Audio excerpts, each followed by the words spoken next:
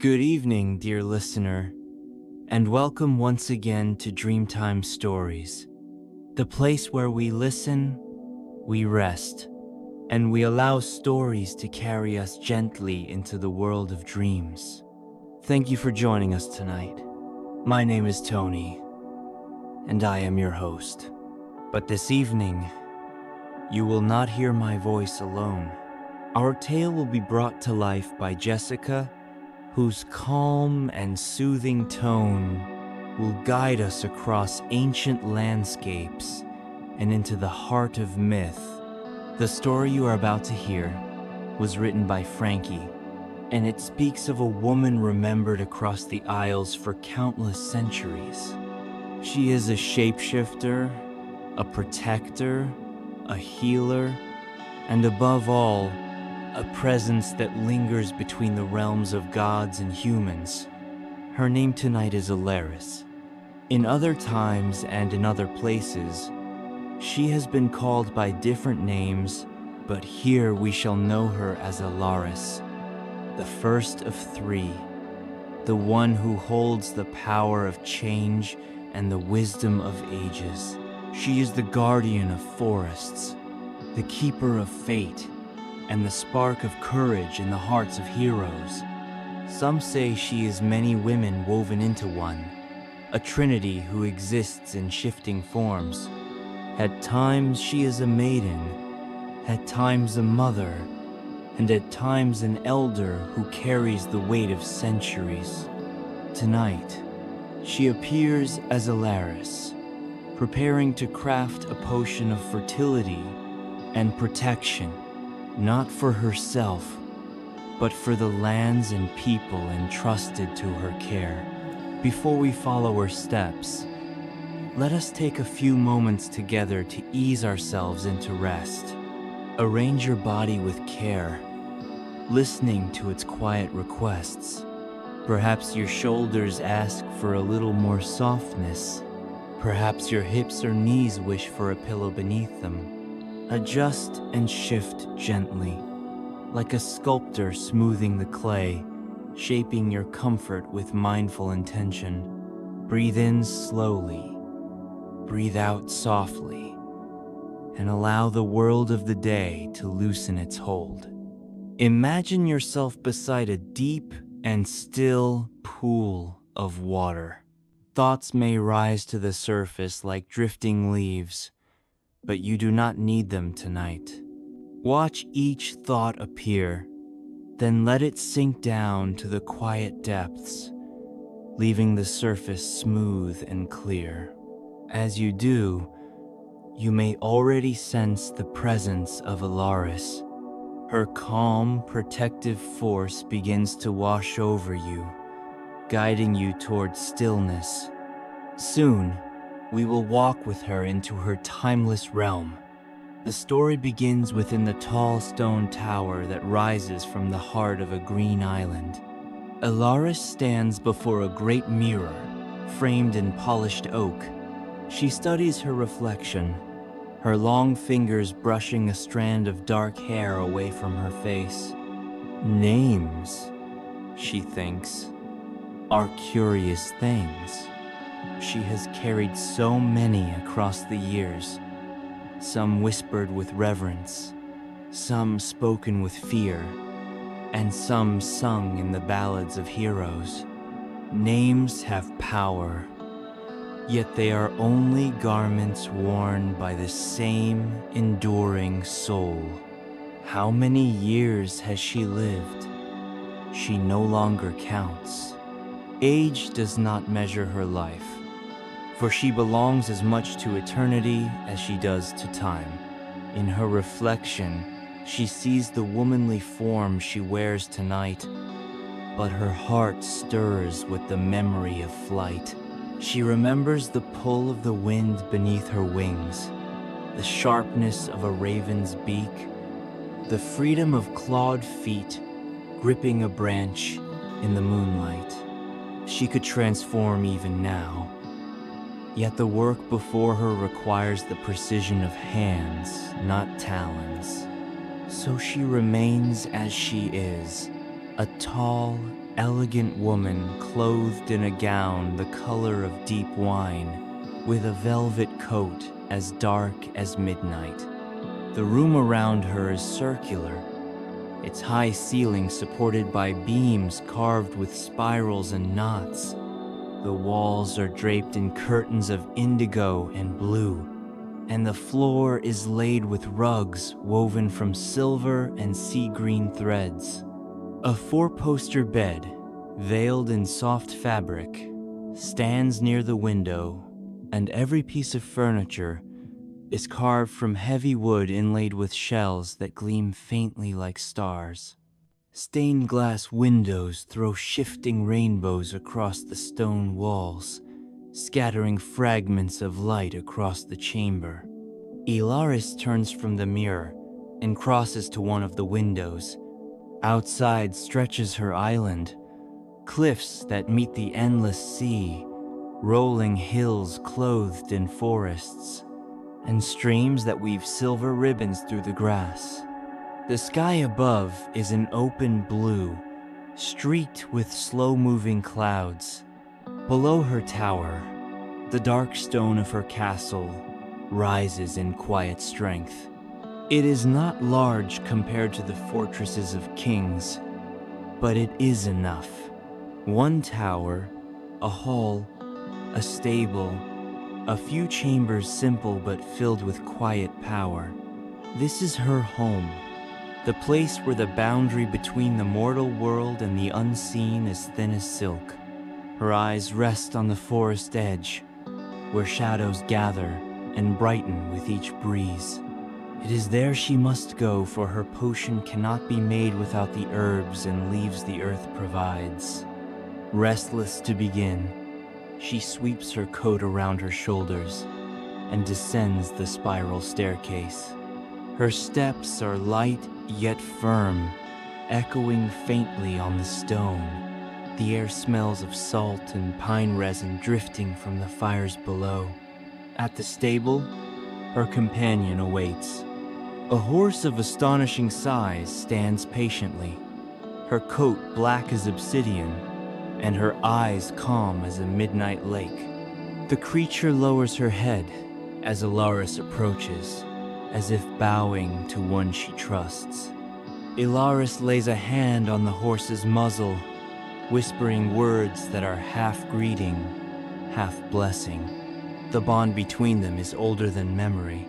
With effortless grace, Ilaris mounts the horse.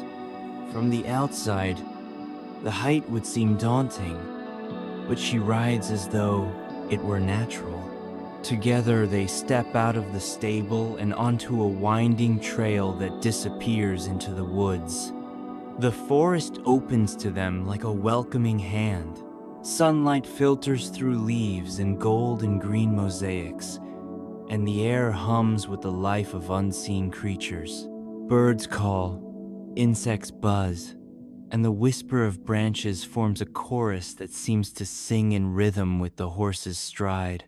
Ilaris breathes deeply, filling her chest with the scent of moss and earth. Her mind begins to turn to the work ahead. The potion she prepares tonight is not a simple brew. It must carry protection, healing, and renewal in equal measure. It must serve not only her, but the land itself, spreading across fields and valleys, touching villages and harbors. Fertility of the soil, safety of children, strength of warriors, wisdom of elders, all of these must be folded into the potion's essence. Such a task demands care, patience, and devotion. Her thoughts drift for a moment to the lives she has touched across the centuries. Heroes who rose and fell, farmers who prayed for rain, mothers who begged for their children's health. She has answered them in many forms. A raven circling above a battlefield, a wolf glimpsed at the forest edge, a woman appearing at a hearth with words of counsel. Sometimes they loved her, sometimes they feared her, but always they remembered. Now, as the horse carries her deeper into the forest, she feels the weight of memory pressing close, but she does not resist. Memory is part of her power, part of the endless thread that weaves her identity. Tonight, she is Alaris, and her duty is clear.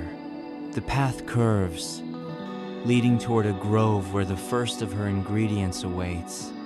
She leans forward slightly, her dark hair brushing against the horse's neck. "Steady, my friend," she murmurs. "The work begins here." And so the journey of gathering begins. The forest welcomed Alaris, as though it had been waiting for her. Each step of her horse seemed to sink softly into the carpet of moss and fallen leaves, leaving no trace behind. The air was cool and fragrant, filled with the mingled scents of pine, damp soil, and wild herbs. Sunlight drifted lazily through the canopy, breaking into shifting patterns of gold on the forest floor. Somewhere nearby, a stream murmured over stones, its voice mingling with the rustle of branches. Alaris guided her horse down a narrow path, following an instinct as old as the land itself. She did not need maps. The island spoke to her in quiet signs. A flicker of birds darting through the branches, the bend of a fern, the glimmer of dew on a particular patch of grass. These were enough to tell her where she must go. Her thoughts turned to the first element of her potion, protection. Without protection, healing could be undone, and growth could wither before it even began. She would begin then with the plant most anciently tied to defense, holly. The horse slowed as they approached a thicket of dark, glossy leaves. Even before she dismounted, Alaris could feel the sharp energy of the holly. Its spiked leaves seemed to gleam as though they had absorbed centuries of vigilance, standing like green shields against whatever sought to harm the innocent.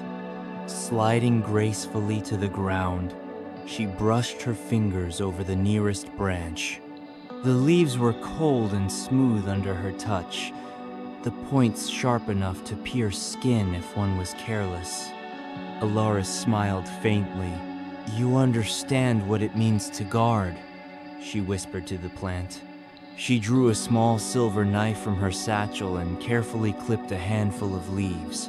Enough for her potion, but never too many.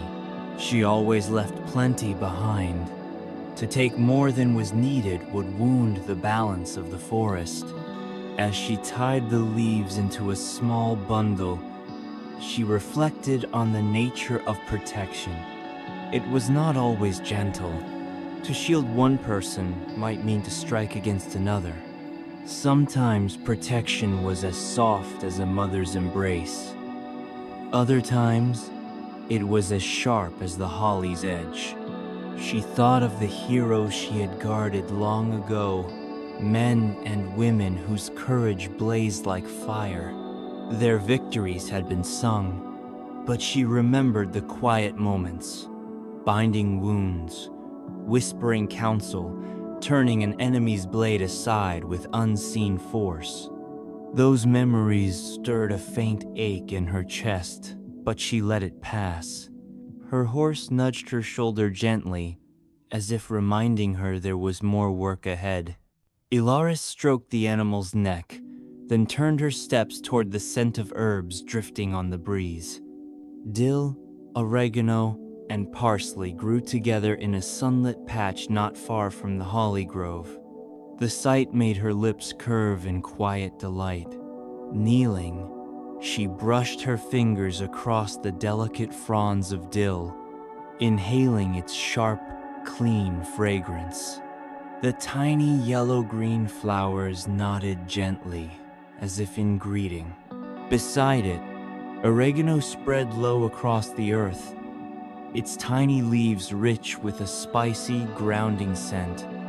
Parsley, bright and fresh, completed the trio. Ilaris carefully harvested sprigs of each, using her knife with reverence. The herbs released their perfume into the air, a mingling of sharpness and sweetness that seemed to sing of kitchens and hearth fires, of ancient meals shared in warmth. She tied the herbs into a bundle with the holly and slipped them into her satchel. Already the weight of her collection seemed to radiate energy. Yet she knew this was only the beginning. Mounting her horse once more, Ilaris turned down another path. The trail grew darker as trees pressed closer together, their branches interlacing above to form a canopy. The air here was heavy with the musk of animals. She heard movement among the shadows, the flick of a tail, the whisper of paws, the sudden leap of a hare darting across the path. Her horse snorted softly, ears twitching. Ilaris stroked its mane reassuringly. "Do not worry. They know me here," she murmured. Indeed, she could feel the eyes of the forest upon her wolves, owls, foxes, and deer, all watching. Yet there was no fear. The creatures recognized her as one of their own, even when she wore her human form. A pang of yearning stirred in her heart. She remembered the sensation of running on 4 legs, the freedom of the wolf's body, the companionship of the pack. The memory was so vivid, she nearly tilted her head back to howl, but she caught herself, smiling at the impulse. "Not tonight," she whispered. "Tonight I gather, not hunt." The forest path eventually widened into a small glade where wild vines tangled around low shrubs. Here she found her next treasure, vein leaves, a plant prized for its quiet strength. She dismounted again, brushing aside the vines until she located the tender green leaves. They were cool to the touch, with veins that pulsed faintly as if carrying hidden energy. Ilaris collected them carefully, whispering a charm under her breath to honor the plant's gift. She tied the leaves into her growing bundle and felt the thrum of their power join with the holly and herbs. Satisfied, she swung back onto her horse. The animal stamped once, then carried her onward. The forest began to thin, and sunlight spilled once more onto the path. She emerged at the edge of a clearing where the ground was fragrant with chamomile. The flowers stretched in every direction, tiny golden centers glowing beneath white petals. They seemed to nod in unison with the breeze, as though bowing to her presence.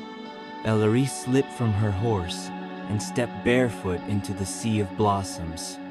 The cool earth pressed against her skin, and she closed her eyes, letting the scent of chamomile rise around her in calming waves. With gentle hands, she gathered handfuls of the flowers, humming a low tune. Chamomile spoke of peace and healing, of sleepless children soothed and weary elders comforted. She filled a bag with blossoms, knowing she would use some in her potion and some later for tea. The simple joy of chamomile's fragrance always lifted her spirit. When she returned to her horse, she paused. The animal was grazing quietly at the edge of the clearing, but just beyond its shadow she spotted another plant, mint. Wild, untamed, its leaves spread thick and lush. Ilaris laughed softly. "Ah, of course you would be here," she said, kneeling to pluck a sprig.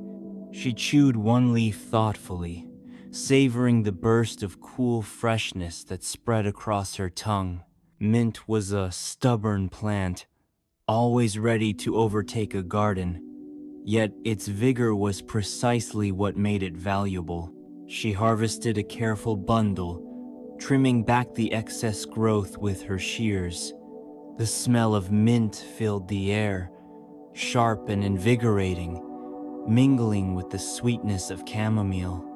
It was as if the forest itself was reminding her of balance, calm and strength, rest and renewal, gentleness and persistence. As she placed the mint into her satchel, she looked up. A pair of emerald butterflies chased each other through the sunlight, circling above her head before darting away. She smiled at their play, then dusted the soil from her hands. By now, her satchel was heavy with holly, herbs, vane, chamomile, and mint. Yet Alaris knew her task was far from complete. There were still plants of deeper magic to be found: rosemary, sage, yarrow, and others that would bind the potion together. But for now, she felt the quiet satisfaction of beginnings well made. She stroked her horse's mane, whispering thanks, and together they turned back toward the shadows of the forest, ready to seek the next path. As twilight began to slip across the island, the light of the sun turned softer, painting the forest edges in shades of amber and rose. Alaris continued her journey, but in her heart, another presence stirred the second face of the eternal goddess. She was not only Alaris, the protector of fate and courage. She was also Serenia, the woman of magic, the keeper of wisdom, the one whom kings both feared and sought for counsel. When Serenia rose within her, the world itself seemed to listen more closely. The wind carried secrets, the water reflected hidden truths, and the stones whispered of ancient bargains. She remembered the great courts she had once walked, halls filled with banners and flickering torches, the echo of armored footsteps, the murmur of lords and ladies waiting for judgment. She had stood among them not as a subject but as a power unto herself. The mortals had given her names: witch, sorceress, fairy, but none captured the breadth of who she truly was. Serenia smiled faintly at the memory. To some she had been an ally, to others a rival, yet always she was unforgettable. When her name was spoken in royal chambers, voices lowered, eyes flickered with awe and unease. She was not meant to fit neatly into their order of crowns and titles. She was something greater, something that reminded them of the forces no throne could control. Her thoughts lingered on one figure above all, a king whose story had been etched into legend. He had been brave, foolish, noble, and flawed like all humans, yet magnified 100-fold by his crown. To him, she had been both sister and challenger, healer and test. In the quiet moments of memory, Serenia still felt the ache of that bond. She had carried him from the mortal world once, lifting him beyond pain to a place where healing was possible. Whether he remained there, living or dreaming, she never told. Serenia guided her horse slowly through the forest as these memories rose and fell like waves.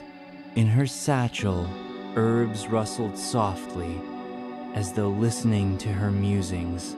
She reached down to stroke the mint leaves with her fingertips. Healing, protection, growth, they were not only powers of plants, but also powers she had woven into the lives of men. She thought, too, of the scholars who had once studied at her side, astronomers who gazed at the stars, mathematicians who calculated the mysteries of the heavens, philosophers who asked whether fate was written or chosen. Serenia had shared her knowledge freely with those willing to learn, though some later claimed her wisdom came from shadowed places. They whispered of monasteries, of secret teachers, of magicians who had walked before her.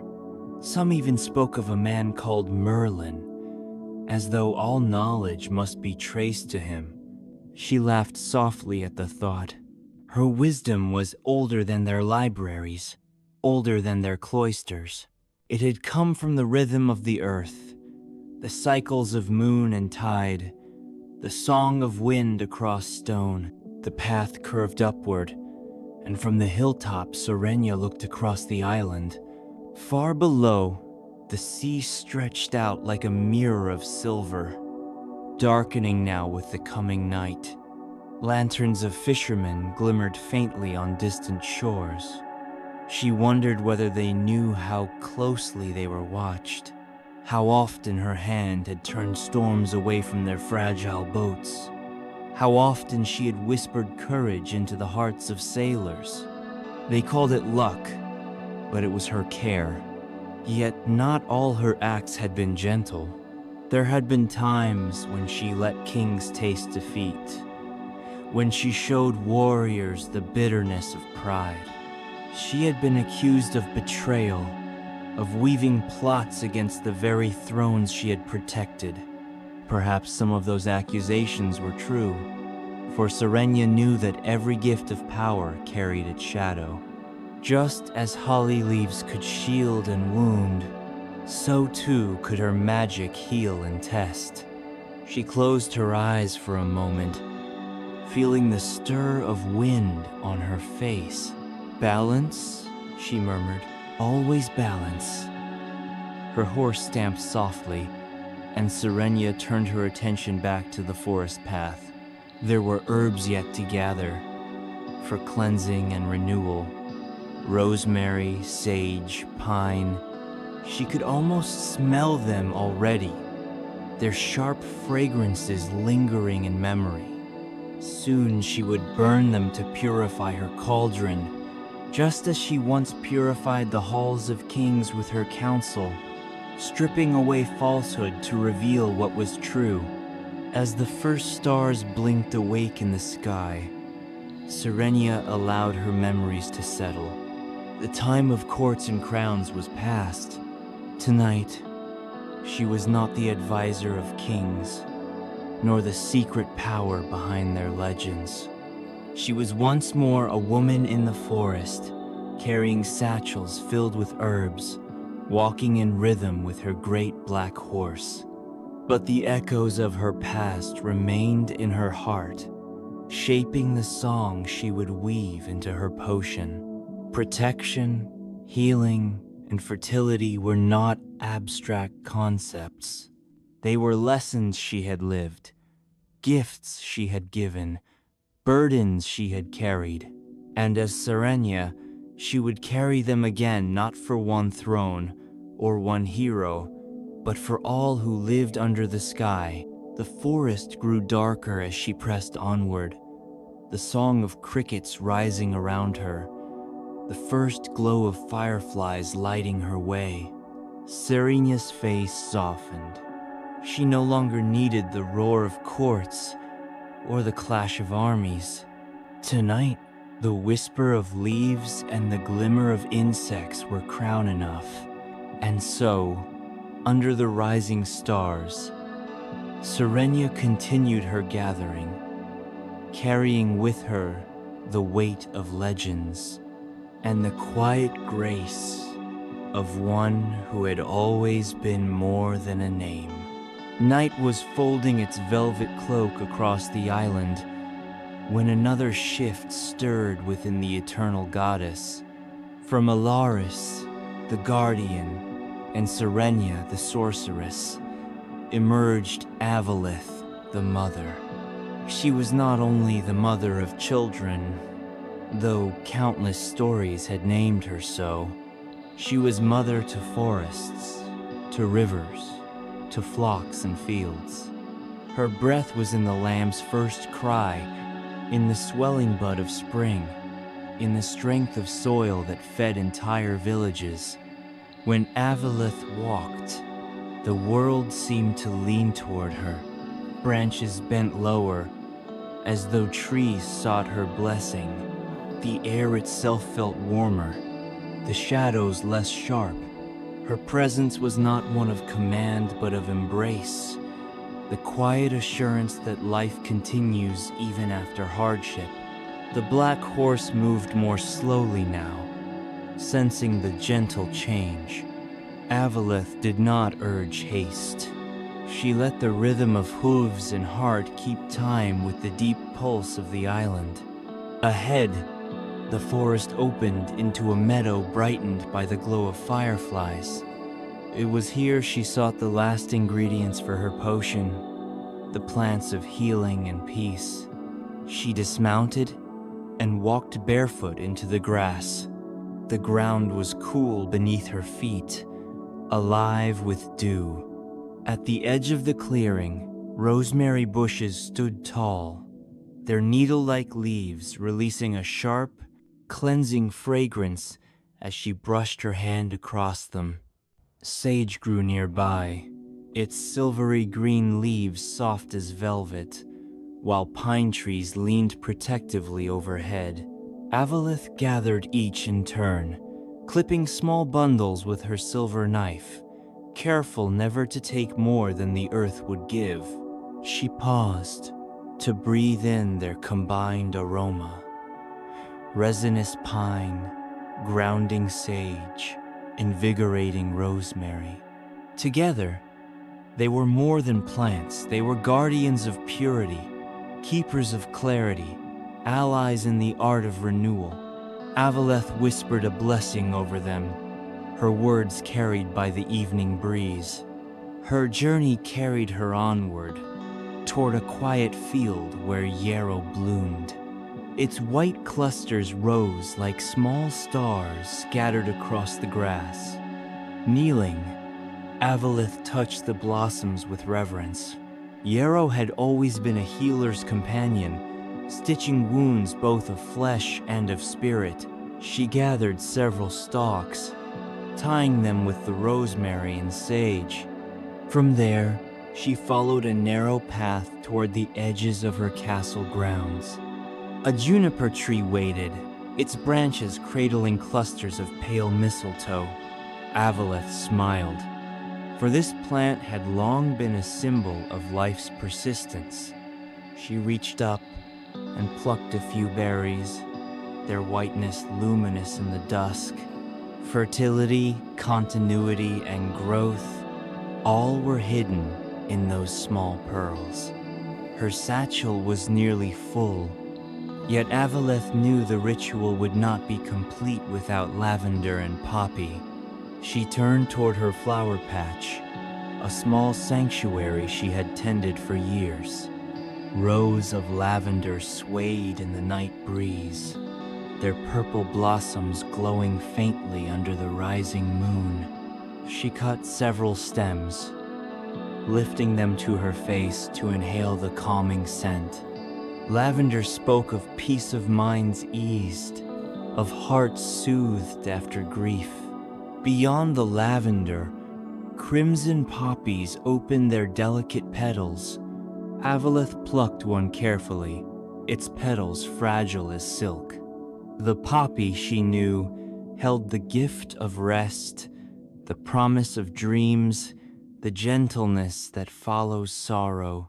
With her final herbs gathered, Avalith lingered in the garden, letting her gaze rest on the stars. They shone brighter now, scattered like seeds across the sky. She thought of the children who would one day walk these fields, of mothers singing lullabies in cottages by the shore, of weary farmers bending to sow grain. All of them, whether they knew her name or not, were hers to love. She returned to the stables and cared for her great horse, brushing its coat until it gleamed in the lantern light. The animal leaned against her touch, content. As she worked, Avaleth hummed a melody, an old song of devotion, once sung in the valleys of Wales. It was a song of a mother who crossed rivers and mountains to save her child. A song of love that endured beyond fear. When at last the horse was fed and watered, Avaleth lifted her satchel. It was heavy now, fragrant with the gifts of earth, holly and herbs, chamomile and mint, rosemary and sage, yarrow and lavender, mistletoe and poppy. Each plant carried its own story, its own thread in the tapestry of magic. Together they would become something greater, a potion not only of protection and healing, but of fertility, peace, and renewal. She walked toward the willow grove near the castle stream, where her cauldron awaited. The drooping branches swayed gently, veiling the space in privacy. The murmuring water seemed to greet her return, promising partnership in the work ahead. Avaleth set down her satchel and gazed into the heart of the grove. Tomorrow, the ritual would begin. Tonight, she gathered her strength. She lifted her eyes to the moon, bright and full above, and whispered, "For them all, for the children, for the land, for the future." The words drifted upward like a prayer, and so Avaleth, the Eternal Mother, rested her hands upon her satchel of herbs, ready to weave them into a potion that would bless the world. The willow grove stood in hushed stillness, its branches swaying like veils of green silk. At the center of the grove, beside the stream that whispered over stones, rested a massive cauldron of dark metal. It was older than memory, forged in a time when earth and sky spoke more openly to humankind. To a stranger, it might look heavy and cold, yet in Avaleth's presence, it seemed to hum with quiet anticipation, as though it recognized the touch of its mistress. She set her satchel beside the cauldron and laid out the bundles of herbs one by one. Holly leaves glistened in the moonlight. Rosemary sprigs released their sharp fragrance. Lavender and poppy glowed with color even in the dusk. Each plant seemed to shine with its own voice, waiting to be woven into something greater. With careful hands, Avaleth built a small fire beneath the cauldron. She began with dry pine needles, then added branches of sage. The smoke rose in soft spirals, cleansing the space. She walked slowly around the cauldron 3 times, passing her hands through the smoke and then over her chest, as if drawing away all remnants of heaviness. Her lips moved in a song older than language, a melody carried on the wind from generation to generation. Now she called upon the second self, Serenia. Within her mind, the sorceress awoke, her voice steady, her knowledge sharp. Serenia guided the order of ingredients, ensuring each plant would blend with precision. First rosemary, rubbed across the walls of the cauldron for purification. Then buckets of water from the stream, poured in until the vessel was full. The water shimmered as though stars had dissolved within it. Ilaris rose within her next, the guardian, the protector. She reached for holly leaves, dill, oregano, parsley, and vane, dropping them gently into the water. The potion began to bubble softly, steam rising in fragrant waves. Each plume of steam carried the essence of protection, courage for the weak, safety for the wandering, strength for the fearful. She stirred with a wooden spoon carved long ago, a tool almost as sacred as the cauldron itself. Her strokes moved counterclockwise, undoing harm, unbinding fear, unweaving sickness. With every circle, she hummed deeper, her song resonating through the grove. Next came the herbs of healing chamomile, mint, and yarrow. Avaleth's hands lingered on each as she dropped them in, whispering blessings. The scent grew richer. Sweet chamomile calming restless hearts, cool mint refreshing weary minds, yarrow steadying wounds both seen and unseen. The potion's surface shimmered with pale gold, as if sunlight itself had been captured in liquid form. At last came the final three. Avaleth held the mistletoe berries in her palm, white and luminous. She thought of fertile fields, of children's laughter, of seeds breaking open beneath the soil. She dropped them into the cauldron, where they vanished with soft ripples. Next, she added lavender, its calming fragrance soothing even the night itself. And finally, she scattered the tiny black seeds of the poppy, a promise of dreams and rest. The potion deepened in color, glowing with hues of purple, green, and blue, reflecting the twilight sky above the grove. It sparkled as though stars had descended into the cauldron to dance among the herbs. Now the three selves of the goddess stood united. Ilaris, the shield; Serenia, the mind; Avaleth, the heart. Together they breathed into the potion, weaving their intentions: protection for the vulnerable, healing for the broken, renewal for the weary, and peace for all who walk the earth. She dipped her long fingers into the liquid. To another, it might have felt burning hot, but to her it was cool and welcoming. She lifted a handful of the glowing potion, then cast it upward into the night. No drop fell back. Instead, the liquid rose into the sky, dissolving into invisible threads that spread across the horizon. Carried by the wind, the blessing traveled outward, over the seas, across the valleys, through every village and field. It touched homes, forests, and rivers, leaving behind an unseen shimmer of protection and comfort. The work was done. Avaleth leaned on the rim of the cauldron, breathing deeply, her heart steady. Above her, the moon shone brighter, as though approving the gift she had poured into the world. For a long moment she stood in silence, listening to the night, feeling the earth respond with gratitude.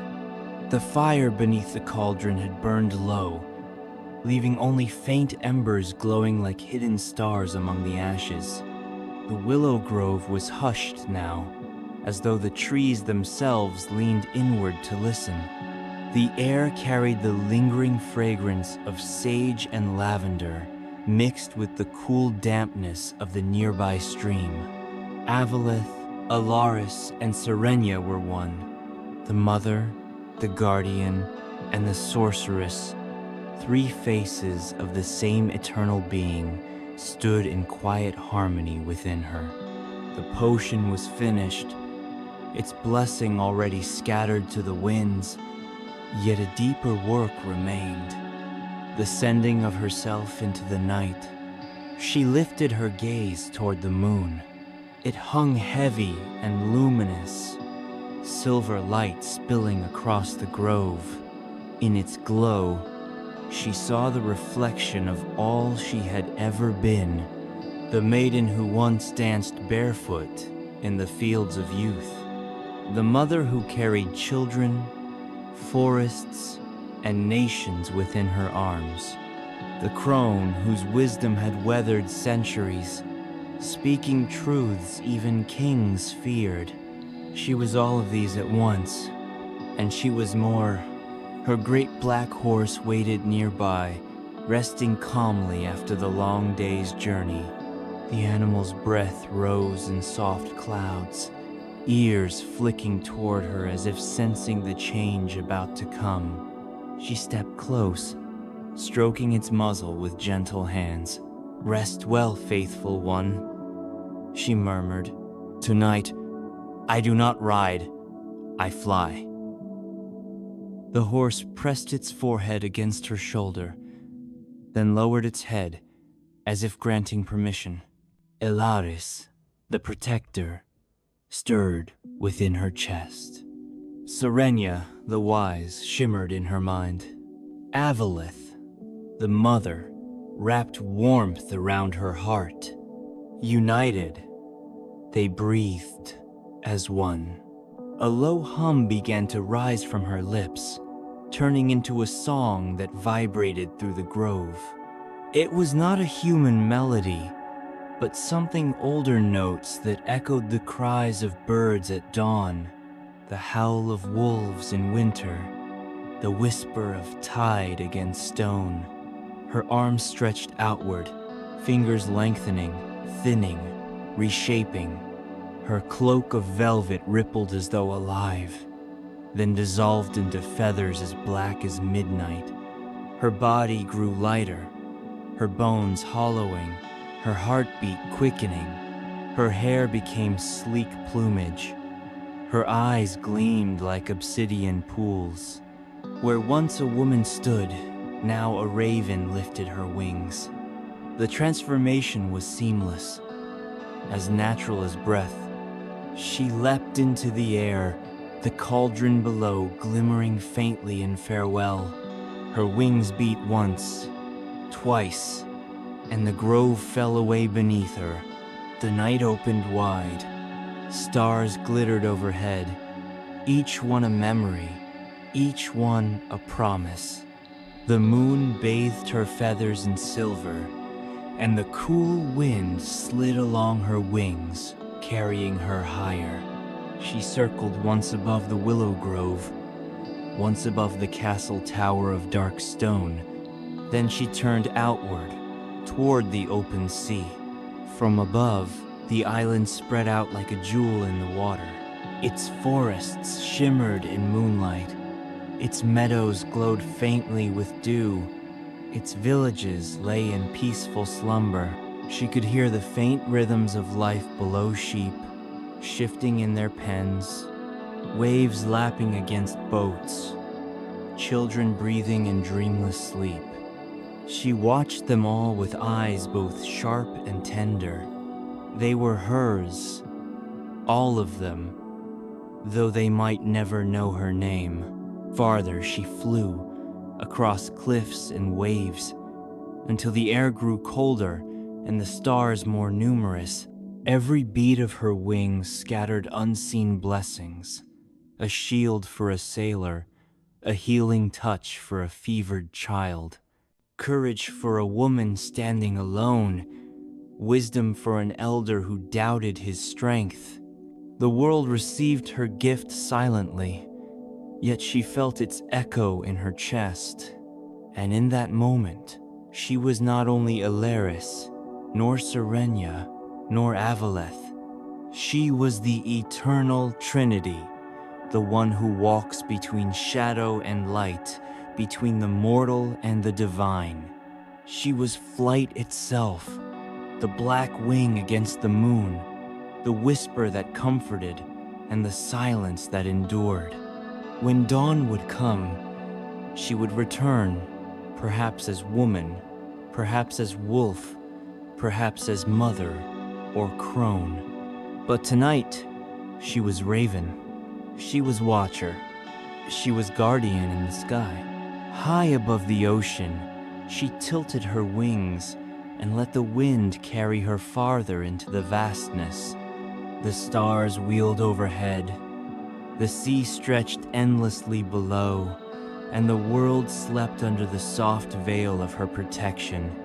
The story closed here, not with an ending, but with a promise that whenever night deepened and fears grew heavy, her wings would be there, unseen yet present, carrying peace across the land. And so the goddess, eternal and ever-changing, flew into the night. But even as she resisted, drowsiness wrapped around her more tightly, urging her to surrender. Her last clear thought was one of gratitude. Gratitude for the boat, for the crew, for the strangers who had become companions, for the ruins and the sea and the stars.